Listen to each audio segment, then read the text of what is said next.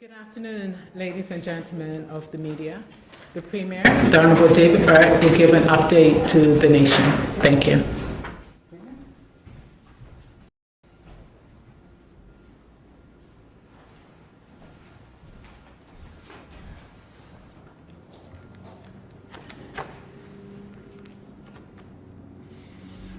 Good afternoon, members of the media. Today, I am joined by His Excellency, the Governor. I'm joined by also the Minister of Health, the Minister of National Security, and the Minister of Education. For today's media briefing, I will give an update on the latest COVID-19 test results, matters dealing with social distancing measures which have been put in place, a small update on the unemployment benefit.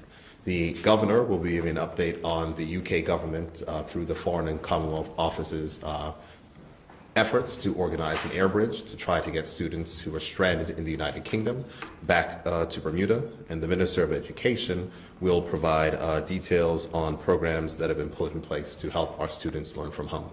After then, we will be able to take any questions which may be needed for either the Minister of Health, the Minister of National Security, His Excellency the Governor, and or the Minister of Education. I'll begin my remarks by speaking about the latest regarding testing.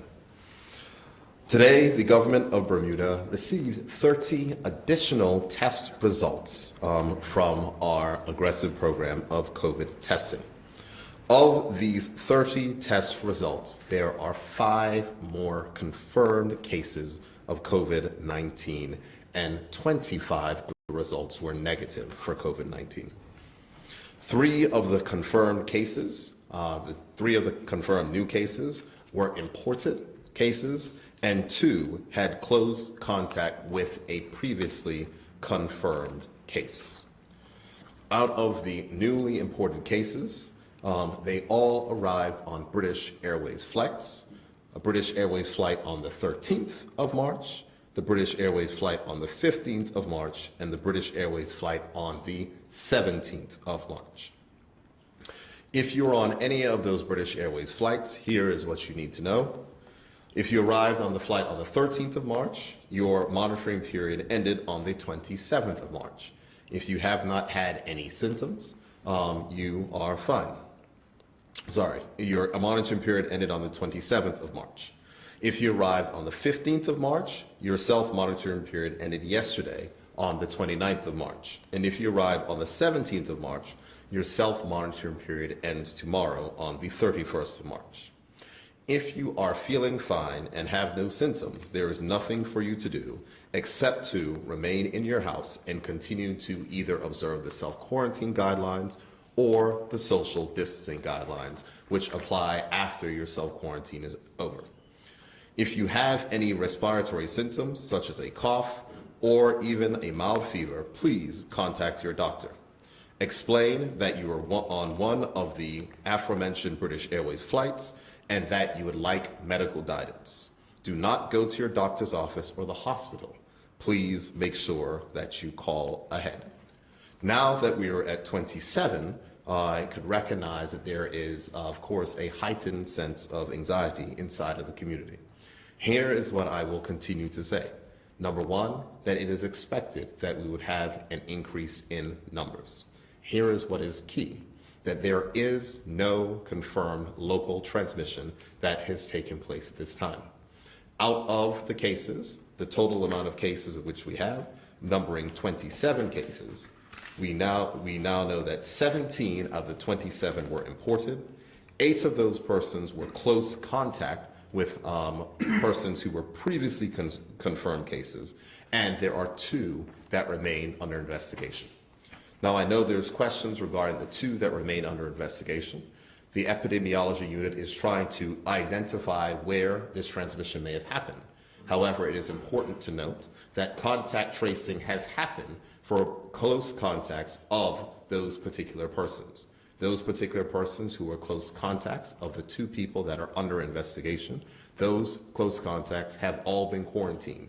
And to date, none of them have experienced any symptoms. So I think it's important for the public to know that just because the case is under investigation does not stop the epidemiology and surveillance unit from doing what it is that they are supposed to do, which is to track down cases.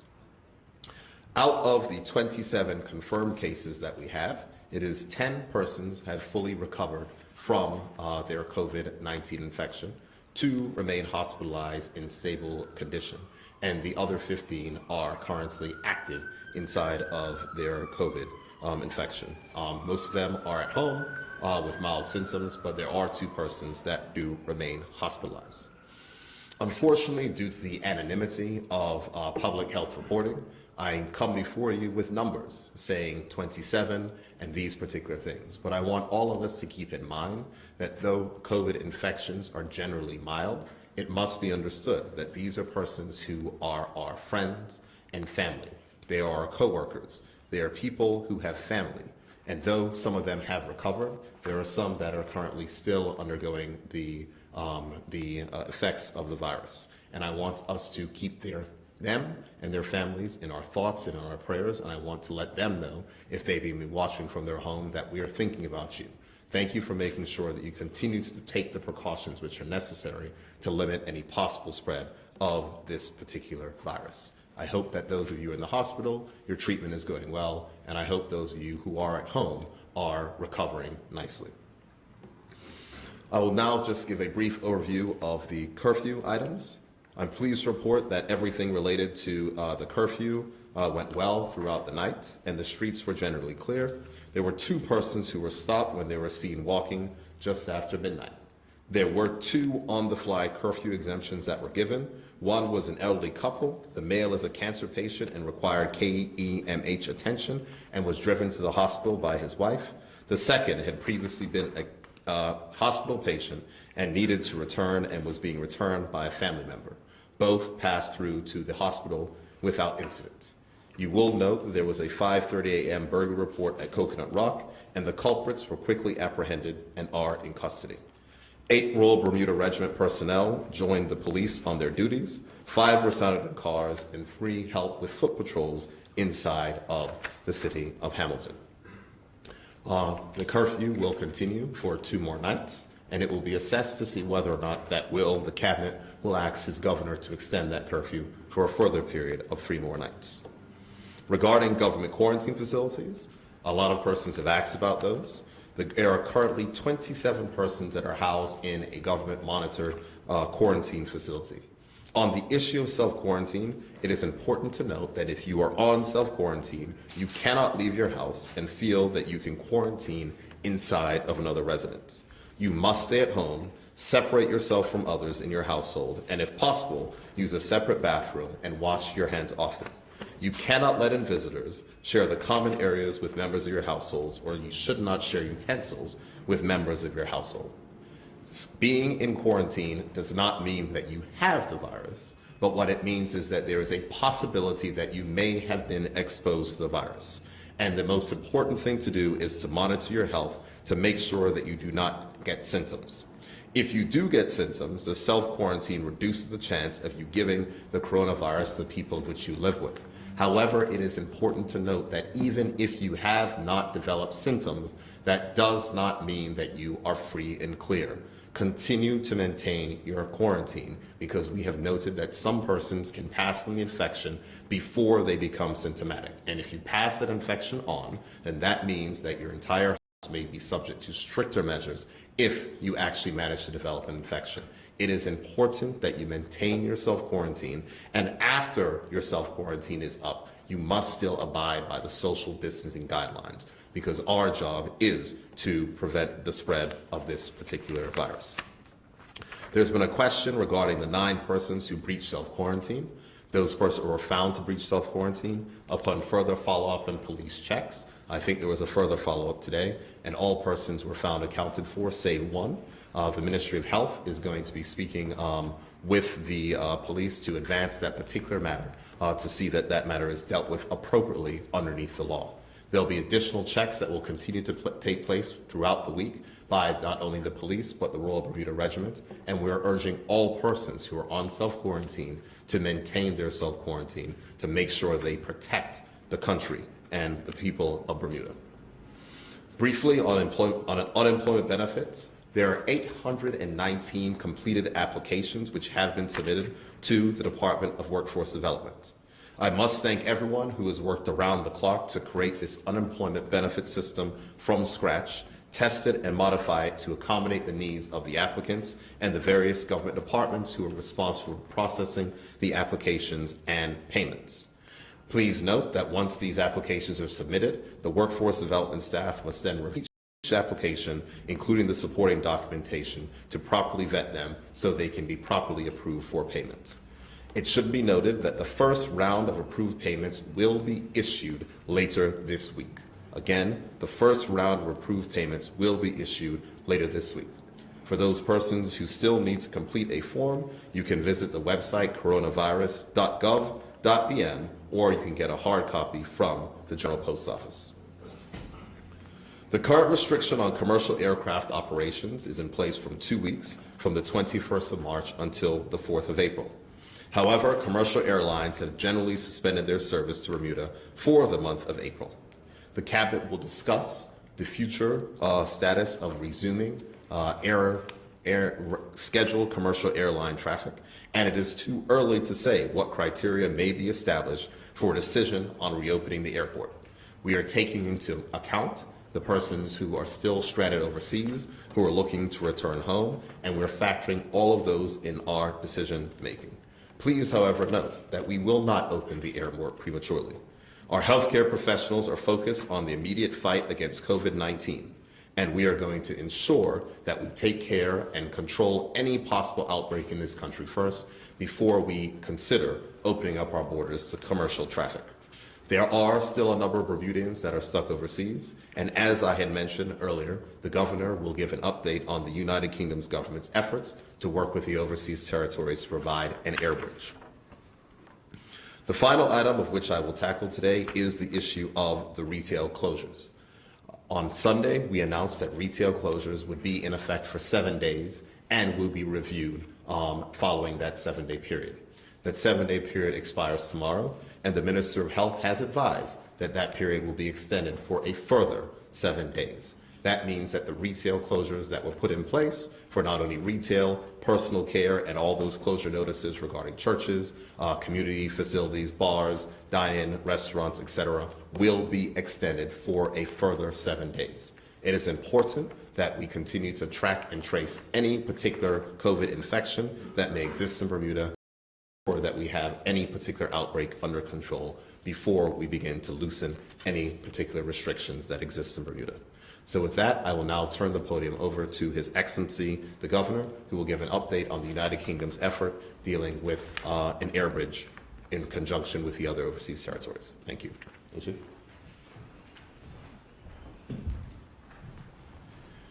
Thank you, Premier. Let me start by paying my tribute to all those who are working so hard to tackle COVID-19 in Bermuda and doing everything possible to reduce its spread. I offer my particular thanks for the excellent work being carried out by all the island's medical, nursing and health professionals. And as Governor and Commander-in-Chief, I also thank the men and women of the Royal Bermuda Regiment and the Bermuda Police Service for all they are doing to support this island at this time, together with the other emergency services. At the request of the Premier and after consultation with the Opposition Leader, it was my responsibility under the Summary Offences Act 1926 to make the order for the curfew, which started last night. Like the Premier, I understand, including from the Commissioner of Police, that the curfew was generally well observed.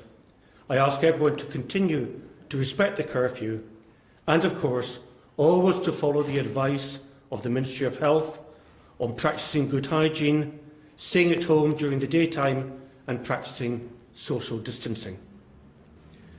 As mentioned at yesterday's press conference, the Foreign and Commonwealth Office recognises the importance of helping Bermudian students and others in the UK who want to get back home. So I am pleased to be able to confirm that the UK Minister for the Overseas Territories, Baroness Sugg, has today approved an air bridge flight between the UK and the overseas territories in this region. A British Airways charter flight will come from the UK to Bermuda and then go on to the Cayman Islands. Now, the precise timing of this flight is still to be confirmed, but it is likely to be in the first half of next week. That timing is designed to give sufficient time to allow the flight to be also supplied and loaded with cargo for Bermuda, including, I hope, with pharmaceuticals, which are normally sourced from the UK and which are not COVID-19 related, but are essential to Bermuda. To help meet the costs, passengers will be asked to pay for their flight. We will be working quickly to agree the ticket price and the method for booking and payment, and we will ensure that this information is provided as soon as possible. But to the extent that the cost of the flight cannot be met from individual ticket sales, the cost of the remaining shortfall will be met by the British Government. As the Premier has made clear, anyone who is brought back from the UK will not be allowed to self-quarantine, but rather will be required to stay in a government-approved quarantine facility. That is a position which has my full support, helping to keep Bermuda safe throughout the quarantine period, while at the same time helping to bring people back to their families and loved ones. The importance of getting people back home is also one that I recognise from a personal perspective. One of my own daughters, who is an intensive care nurse in the National Health Service in the UK, was finally, only just this weekend, able to get back home from Kenya, where she was working. So I very much hope that we can do the same for young Bermudians and others who need to get back here. Finally, let me offer my continued support to the Government and people of Bermuda at this difficult time. Together, and despite all the challenges, I'm confident we will get through. Thank you.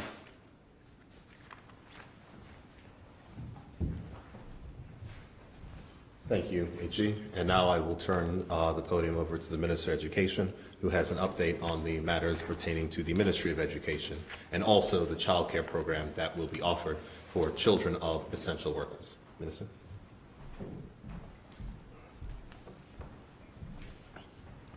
Good evening. I would first like to begin my update by first thanking our school leaders and staff for their hard work and efforts put forward during the past week in engaging our students and keeping our parents updated as we navigate through this COVID-19 situation. My update will focus on 4 areas: remote learning in our public schools during the past week, Cambridge checkpoint exams scheduled for April, the system transformation consultancy, and childcare for essential services workers. Let me start with remote learning. Our remote learning strategy included, but was not limited to, the following options: provide home learning packets, both hard and electronic, using the Teaching Strategies Gold platform for posting activities at the preschool level, using the PowerSchool platform to post assignments, using Zoom and any other online program such as Frog or Google Classroom for creating, distributing, and grading assignments and to facilitate interactive lessons, using online learning applications such as Dreambox, Achieve 3000, Accelerated Learning, etc., posting activities and information on school websites, and lastly, communicating with parents and students via email, phone calls, and apps such as Class Dojo. We provided options to schools in recognition that schools and staff need the flexibility to provide the remote learning activities for which they are equipped to execute at this time. This means the remote learning activities for students vary from school to school and teacher to teacher, with the curriculum being the common denominator. The Zoom application helped tremendously with the launch of our remote learning strategies. Training was provided in using this application as a remote conferencing tool for school teachers, other school staff, Department of Education officers, and even parents and guardians. Last week, some of our school principals held staff meetings, assemblies, and even observed lessons using Zoom. Many of our teachers and other school staff use Zoom to conduct remote face-to-face lessons with our students and parents for both core and on-core classes. Many students uploaded videos of themselves completing their tasks, and our school staff has done an outstanding job communicating with parents via email, phone calls, and using apps such as Class Dojo. I experienced some of this firsthand as a parent, and I also had the opportunity to view many examples shared with me. I'm very encouraged of what was achieved during this first week, recognizing the technological challenges and the significant demands placed on educators and parents who are navigating their own home environments. I also extend my thanks to parents and the Department of Education staff for their efforts to support school leaders, teachers, and staff. Remote learning strategy is in its infancy stage, and we will be collecting quantitative and qualitative data from schools about the strengths and areas of the involvement for the strategy. This data will be used to enhance the strategy moving forward. This week, the Department of Education will begin reviewing the data from parent and staff technology and internet surveys. As of today, we have received 2,940 responses from parents and 391 from teachers. As per Plan 2022 Strategy 5.3.3, we will use the data to determine the support needed for the remote learning program. We are aware that not all staff and students have access to devices and internet needed to support the remote learning strategy. The data from the surveys will help us gain a more accurate picture of the situation and determine the best way forward. Now I want to talk about our international examinations. Last week, the Department of Education sent a letter to parents via school principals informing them that Cambridge International has taken the decision not to run any of their examinations for May-June 2020 series. This includes the Cambridge checkpoints, the IGCSE, O-levels, and A-levels. I recognize this comes as a disappointment to our students and parents who have been working hard towards their exams. I want to reassure parents that the department will be working with Cambridge and other international examination boards to determine the best way forward for students. The Department of Education has also commenced discussions around end-of-year local examinations and senior school graduation. All efforts will be made to ensure that we put in place what will be in the best interest for our students. School transformation. The Ministry and the Department of Education will be proceeding with plans for strategy and school redesign consultancy using remote communication strategies. The consultancy officially commenced on Wednesday, March 25th. Last week, the Ministry's local governance team met via Zoom meeting and held an initial calibration meeting to ascertain project management approaches and review the methodology proposed by the consultants. Another meeting is scheduled for tomorrow to finalize this. The governance team will interface with the consultants via Zoom for a first engagement session this week, Thursday. They will discuss planning for interfacing and strategies moving forward. There's also Zoom meetings scheduled for tomorrow with the system design team and the consultants. This will be the first initial contact with this team for introductions and to map out protected times for working sessions meetings during the month of April. It is not our intent to delay the system redesign consultancy.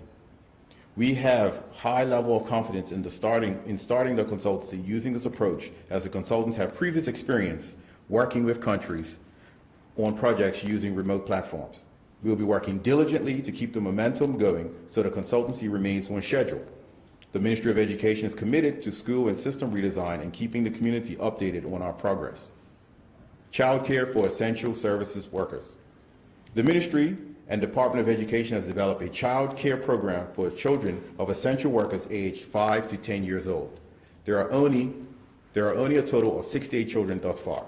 2 programs will be provided. The Community Youth Center on Angle Street will host the child care program for children 5 and 6 years old, currently 23 children in total. The program will start Wednesday, April 1st. Parents who submitted applications should have received an electronic link to provide the Department of Education with more detailed information, such as the name of person to collect children on a daily basis, emergency contact persons, details on food allergies, etc. Parents are also encouraged to submit these forms by noonday tomorrow, March 31st or sooner. Cedar Bridge Academy will host a child care program for children 7 to 10 years old, currently 45 of them altogether. The start of this program is forthcoming and will be decided by the end of the week. Thank you.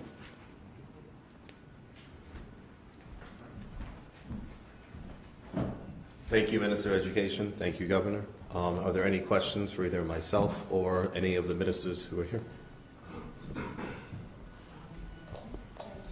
Thank you very much. I think you mentioned there were 2 people who were found walking during curfew hours last night. Can you give any information about whether or not there was any punishment or what's happened to them? Was it just advice given? Minister of National Security. Last evening, the 2 men that were out without excuse were stopped by the Bermuda Police Service. They went into one of the Bermuda Police Service vehicles. One of the men soon escaped from the vehicle, and one of the men were taken to the police station. That matter is under active police investigation. Thank you. And maybe back about you, Mr. Keynes, with regards to the incident at Coconut Rock this morning, anything further you can say about that, about what happened or what was taken from the... I cannot speak to what was taken, as it is an ongoing police investigation. An arrest was made and the culprits are now in police custody. And can you say anything about who, whether or not it was police or regiment officers or members of the public who realised that the break-in had taken place? I cannot. Thank you very much. Thank you, Premier. I think probably we've heard a little bit about so far there's no evidence of community spread with regards to the virus. With regards to some of the cases that came in before, for example, the March 17th flight when the mandatory quarantine period started, how realistic is it then for people to think that that community spread may not happen if those people perhaps were out in the community without a quarantine? Do you want to take that? Hi, good afternoon. As has been indicated by the Chief Medical Officer as well, we've said it here at this podium, that the incubation period and the total period with respect to COVID-19 is 14 days. So in circumstances where a person does present with perhaps a travel history, such as those individuals that have come into Bermuda from the 17th of March until the last flight, then those persons are required to be quarantined for a 14-day period. And as the Premier indicated, I think 14 days from the 17th ends tomorrow, actually. So that 14-day period would be over. Any persons that came prior to that, we did have the testing facilities, albeit not on island at the time. We were testing through CARFA, which is a laboratory in Trinidad that services all of the Caribbean region, including Bermuda. So in circumstances where there were issues where the medical physician thought that their patient required testing because of their either travel history and or any other symptoms that we've discussed previously, then they would have been tested, and that information would have been, the test itself would have been sent to CARFA for examination. As the Premier indicated, there is no evidence of community spread. We have 27 tests to date. Only a few of those, I don't have the number in front of me, but the Premier indicated the majority of those were imported from various flights, and then a few of those were contacts of persons that had been tested positive. Perhaps forgive me if I don't understand this, but isn't it the case that people may have been, I guess, spreading the virus prior to showing symptoms, at which point obviously the tests were going to clarify? Well, the testing, as again has been discussed previously, not only by the CMO, but I think I've actually indicated as well, the testing, the evidence suggests that you test when a person is symptomatic. If a person doesn't have any symptoms, then a test could result in what's called a false negative. Mm-hmm. So if a person presents with symptoms, that's when, as well as the other issues that I spoke about, relevant travel history and so forth, then that's when a test would be conducted. Mm-hmm. So it's only when a person is symptomatic do we test for the COVID-19. But can they be spreading it before that point? As Dr. Peekball has said, as well as I think Dr. Richmond, the overwhelming evidence supports that you cannot spread the disease unless you are symptomatic.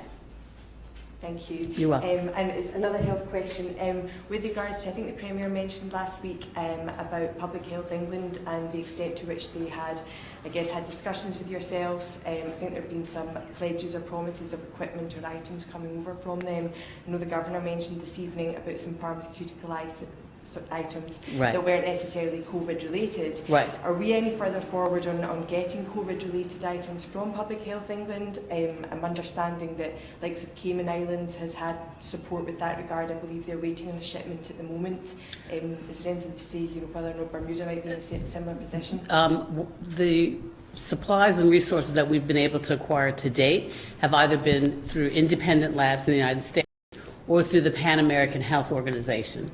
Public Health England has assisted insofar as the testing facilities that we have in Bermuda and helping to validate those, but the supplies themselves and the testing equipment are coming from independent labs in the United States as well as through the Pan American Health Organization. In fact, PAHU is assisting us in the latest shipment of testing, which should be able to allow for between 450 and 500 persons to be tested. That was shipped yesterday. We're anticipating its arrival this evening at 7:30. It was shipped by FedEx. And any further forward then with Public Health England? I think the Premier said last week that there was ongoing talks with them on a daily basis about whether or not we'd be receiving supplies from them. Those discussions are ongoing. We have received support insofar as communications and administrative support, but insofar as receipt of supplies, no, that hasn't been forthwith yet. And can you perhaps confirm as well, with regards to the testing kits that we have been using and the ones that are on the way, can you say if any of or where those have been manufactured, just with regards to there's been some controversy over certain manufacturing plants in China? I don't know if any of ours. I don't know for certain. I believe they're being manufactured in the United States. However, I can say with certainty that the testing equipment that we're using here, the PCR 500, it's a real-time PCR instrument that has been validated by CARFA. That's fine. Thank you very much. Okay. Further questions? Thank you. We got strict instruction before we came in here to not touch the podium. All right, with the two people that are still under investigation, can we rule out that they were on a plane then, that they came in, and that they were with a family member that had been near somebody who had been on a plane? This is why I invite the Minister of Health to these press conferences. With respect to those persons, as the Premier indicated, we are still doing what's called contact tracing. And contact tracing requires a number of things. First and foremost, if a person tests positive, we test their family members. If a person lives within a house, if their household is very, very large, then there's a requirement to do quite an extensive amount of contact tracing. Following that, then they look at the next area would be their place of employment, as well as any other social activities or community events and so forth. So the contact tracing for those particular individuals is still ongoing. Yes, that's correct. Okay, so it's but we, then again, just to be clear, I'm sorry, but that they definitely weren't on a plane. It's definitely not somebody in their household. At this point, I would rather say that the contact tracing is still ongoing, but it's safe to say that it was not with respect to imported cases, as well as family members. And Minister Rebane, thank you very much. Mr. Rebane, how has this sort of been like a little bit moving to online learning, helping with fine-tuning the 2022 plan? Part of the Plan 2022, ironically, we were starting to look at how we could start doing more things online prior to COVID-19 hitting. So it's just accelerated where we wanted to take our system anyway. And so, but admittedly, some things have been put in place that there are some teachers that were just not fully versed with. There are some teachers that have challenges with their technology at home. There are some students that have challenges with their technology at home. As I said in the statement, we have conducted, this has allowed us to conduct a survey and see what exactly do we need to increase the resources and to ensure that all of our students get the same equitable access to education that the rest of them are getting. I was just thinking like it might be a bit of a silver lining in this situation where we're actually getting to test out some things prior to full implementation? Well, I could say yes. We're in a position where we're doing some things that we probably wouldn't have started to do for a while yet, but we are doing it. And as I sent out a letter of thank you to all of our educators this morning. I think they've done a tremendous job working with what they've had to work with over the last week and a half. All right, thank you. Sure. Sorry, Minister of Health. The person that was confirmed, one of the people on the March 13th flight, so take us through the process of how that works till they're cleared. So I know you've mentioned it's a 14-day period. Does that go from the test? Does that go from when they show symptoms? Okay. Remember, as I said previously to the reporter, they test when a person becomes symptomatic. If you test prior to them exhibiting any symptoms, there's an all likelihood that they will have what's referred to as a false negative. So once a person becomes symptomatic, so let's say they arrived on the 13th, they become symptomatic 2 days later, and they test on the third day. epidemiology and surveillance receive that information from that day forward, then they start the contact tracing. But the 14 days is when the person no longer has symptoms, right? So let's say, and I think they said the period actually where your heightened symptoms are between 3 and 5 days. So it's not for the whole 14 days. So when you finish the period of having no further symptoms, 3 days later, or 14 days, whichever is the longest, is when the isolation period, because once a person becomes symptomatic and they test positive, then they go into isolation, and that's when the isolation period would end. If that person was living in a household of, let's say, 3 people, those 3 people would be required to do quarantine as well, by virtue of the fact that there's a positive person living within the household. And if those individuals become symptomatic, then they too will be required to isolate for a 14-day period or 3 days after the last symptom. So 14 days from when they stop showing symptoms is when they can get cleared. 14 days, it's 3 days after the last symptoms or 14 days, 3 days from the last symptom or 14 days from the test, whichever is the longest. Okay. Okay. All right. Thank you very much. You're welcome. Mr. Premier. Just to make, just for clarity, the person whom would be on that March 13th flight, with whom we received the results today, just as the minister said, 14 days for the test, they'll be in isolation for another 14 days.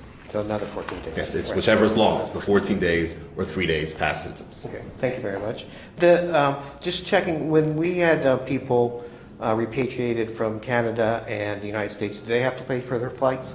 Absolutely. They were not done by the government. They were flown on WestJet or Delta or other airlines. Absolutely. And then one final question. With people trying to get to buses on the hospital, there were some problems today. How people had to be picked up because the buses weren't working because some dispute. Yeah. So what's the progress tonight? I can't necessarily speak to that. I know that there were 12 buses that were operated, 10 which were driven by PTB drivers, and 2 which were driven by members of the Royal Bermuda Regiment. I'll look to get you that update. It's a project that which we started yesterday, and I'm sure that we'll be able to maintain it. One of the most important things, and something which I stated before, is that at a point in time when the government and the country needs to continue to function, our public officers have a very important role to play.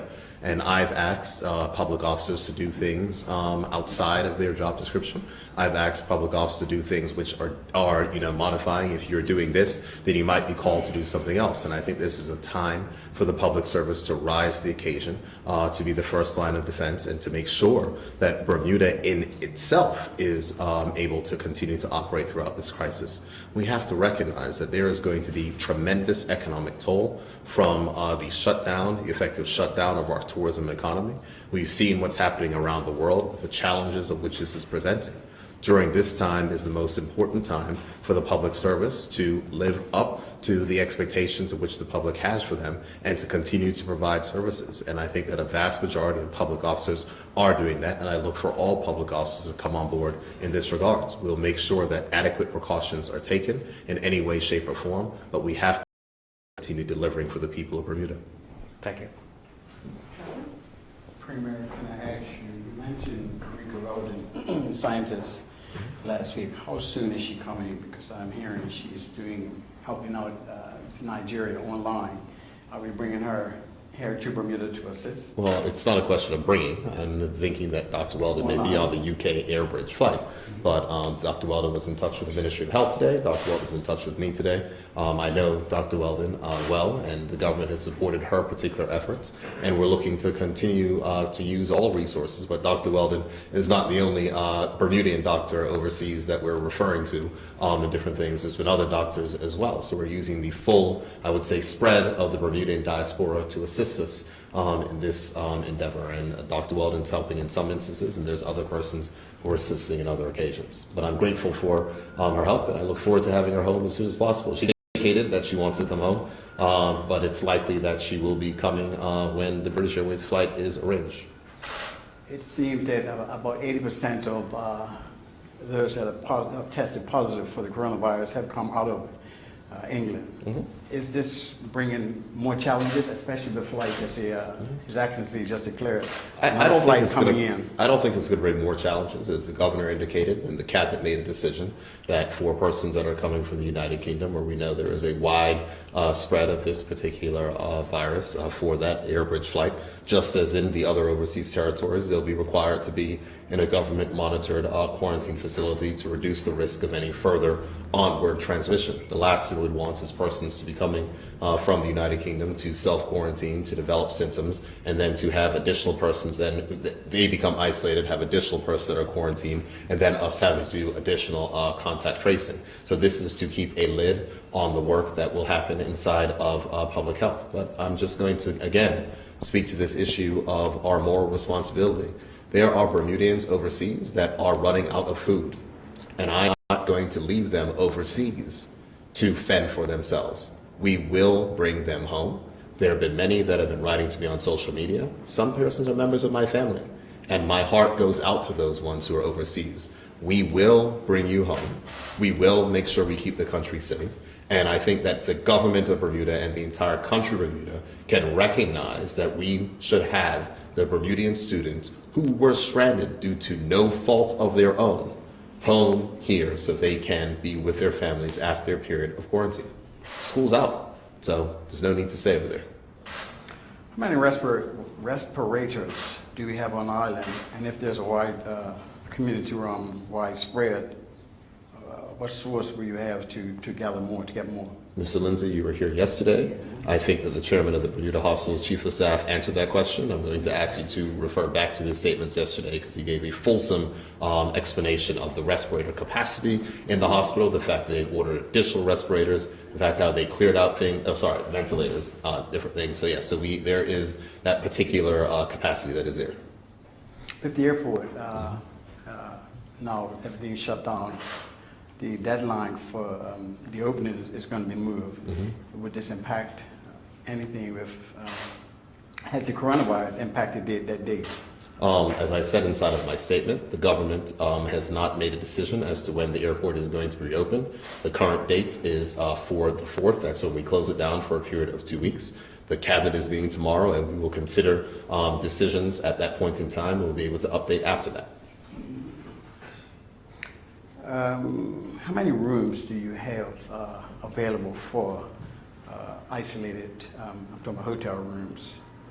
And do you intend on increasing numbers if these numbers continue to rise? We have sufficient capacity to meet the needs which we have now, and we will have sufficient capacity for any United Kingdom students who arrive back on island to be in that quarantine.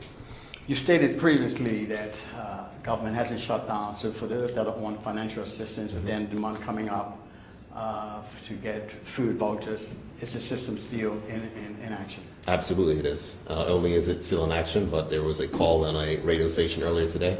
The hotline number is working for financial assistance, not this hotline number, but the regular hotline number for financial assistance, and persons can go ahead and call that number. Though the frontline office is closed, as I said, government offices are closed, but the government has not stopped working. I need to ask the Minister of Education a question, and I'm going to declare my interest. I didn't hear you speak of the younger generation between 1 and 5 for essential workers. Is there any consideration for essential workers and a place for these little children to go, including Miami? Trevor, there was a survey that was sent out to all essential workers, and that is where we get our numbers from. And so that is what we can go by. So the numbers wasn't large enough to assist? Well, I'm saying that we sent out a survey to say who wants these services, who would like these services, and that's the number that came back from that survey that was sent out to the essential workers. I can't beyond that, beyond that, because that's what I've been told had come back. Any other questions? Sorry, yes, for the Premier. Sorry, just one more. With the increasing numbers of positive cases, which I know has been expected, do you anticipate in the short term any move towards a 24-hour curfew for the island? We're going to make any of those particular decisions based upon the evidence on the ground. And as I've said on numerous cases and points, that if any point in time we get to the place where we have community transmission, then we will go ahead and we will make those decisions at that point in time. We are not at that point in time yet. We are confident that we have a aggressive testing regime, with the fact that the minister had indicated that the additional capacity for additional 400 tests arriving on island tonight will be cleared. There's additional tests that were collected. There's a number of pending. Those will be run tomorrow and the next day, and we're going to continue to test and isolate, which is the recommendation of the World Health Organization. We are reminding persons in the community to be personally responsible, to make sure that if they do have a minor fever or a sore throat, do not go out to work, just stay at home. These are the most important things to do that will stop and mitigate any community spread. But the fact is that this is an incredibly contagious virus. Our job is to make sure that we minimize community spread. That is what we have done with our extremely aggressive social distancing measures. And I sincerely hope that we will not have to go to the next level, which will cause even more economic pain than the economic pain which has already been caused by the virus transmission to date. That is where we are. But we're going to take decisions based upon the evidence and the science. At this point in time, there is no verified community spread. The epidemiologists have extra resources there. They are continuing to work through all these various chains. With our increased testing capacity, we should be able to contain. But if any points in time that we are not able to, and remember, we're dealing with largely imported cases and close contacts of imported cases. That's what we are mostly dealing with here. And if we then get to another place, an instance where it gets further, we will not hesitate to make those particular decisions. But right now, we are not there. Right now, we are doing a decent job managing where we are. We are comparing the numbers of confirmed cases that we have versus what the various trend lines in other countries have looked like when they've been dealing with these particular viruses, and we are comfortable with where we are. But the fact is, we have to remember that this is a very contagious virus, and the expectations are that 50% of persons in Bermuda at one point in time will contract it. We just want to make sure that 50% of people don't contract it over the next 4 or 5 weeks before we have the ability to effectively treat and to contain. So this is all about that whole issue of flattening the curve. This is all about making sure that our healthcare system is not overwhelmed. But as the Minister of Health has said on numerous occasions, this is a marathon and not a sprint, and her persons inside of the ministry have been working for the last 12 weeks now on this particular issue, and I'm confident that the preparations of which Bermuda has made has stood us in very good stead. Seeing that there's no further questions, I just want to thank everyone for their attention. I want to thank our frontline officers who continue to work hard, the public officers, those persons at the hospital, the nursing workers, everyone throughout the country. And I hope that all of us will keep those persons who have contracted this virus, who are currently recovering at home or in the hospital, in their particular thoughts and in their prayers and in their families. Bermuda will get through this if we do all of what we have to do together, and I'm confident that we are actually, most of us, the vast majority of Bermudians are taking this seriously and taking the proper precautions. Thank you.